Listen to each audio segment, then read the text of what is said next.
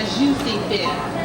So our first question is, how would you describe the state of Black America now? Okay, so you're coming after our answer.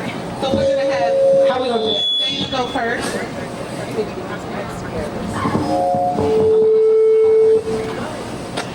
So the state of Black America. First of all, I'm gonna be a teacher.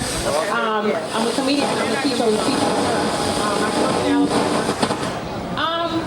We are always making progress, but the progress, unfortunately, is still a little slow, and it's not our fault. There are a lot of things that people talk about, but I want to focus just a minute on our children and on the future generations. And I want to say to everybody first that we are the community. We are the parents, not just the parents they were born to, but those of us who know something and can say something, we have to. I mean, it's from little things like I discovered, I was teaching at an all-girls Catholic white school. Those girls didn't know it was 52 weeks in a year. When I got to View Park and I was subbing this week, I was talking to a baby who wants to be a filmmaker.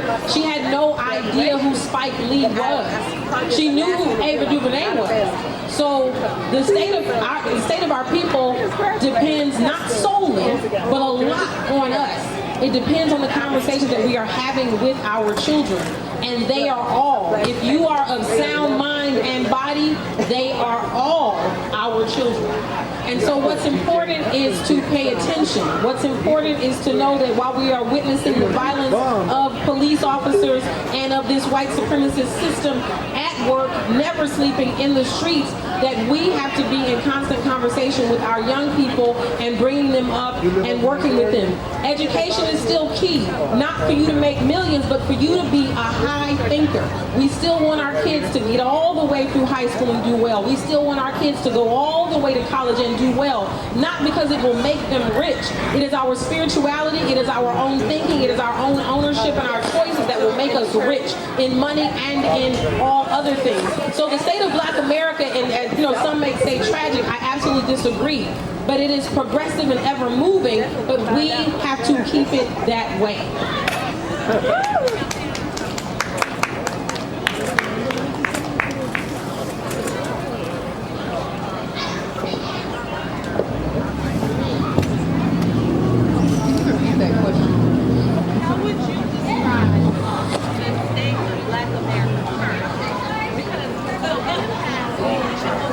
We were united.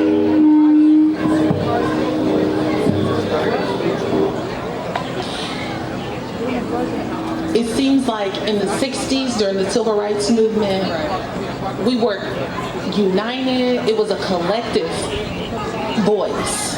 But it seems now as if we have overcame, but we've kind of turned our back on the community. So how would you describe the state, and what do you feel like we need to do to start achieving progress? I would honestly focus in on the Black community. As far as here, there's always a lot of provision and a lot of disparities that we see. So I feel once we start focusing on Black community, that kind of sets the trajectory. Every time. So if you don't start what's being instilled, what are their values, what's their morale can for companies like, what's their value system like, and it's kind of difficult. Somebody, hey, help me search him. Black and white solution on that. So I say it just kind of starts young. If you're able to capture their minds young and prevent a lot of other stuff and exposure to disparities, I think that helps a lot. So especially in the education system, healthcare, criminal justice system, everywhere. If you're able to tackle those systems, and I feel that will really bring in a worldwide initiative to a lot of the things we see going on. Thank you so much for the answer.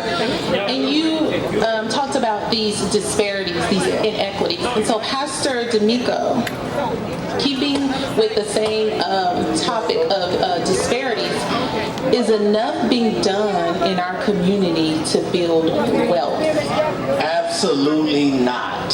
Great answer. We are not learning about wealth. We are not being intentional about wealth. And we are not being strategic about wealth.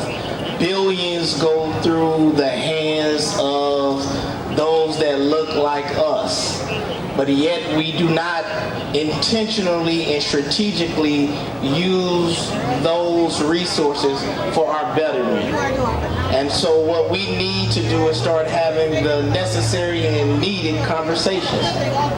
We need to start learning and teaching ourselves so that it can be translated and transformed to our communities. And we need to start putting more demands on the church.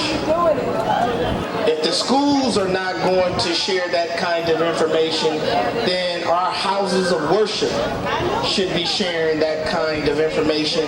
And our houses of worship should be modeling the type of stewardship that we need. Amen. We don't need to be borrowing money to purchase things we don't need to impress people that don't like us.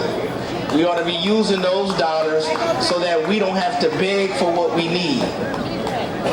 And I think that we have to start being individually responsible and accountable for our stewardship. Because I am a believer, as the individual grows and evolves, the collective. It does not work in the inverse. So every day you can be trying to help your situation, and as much as you help your situation, our situation changes. Amen.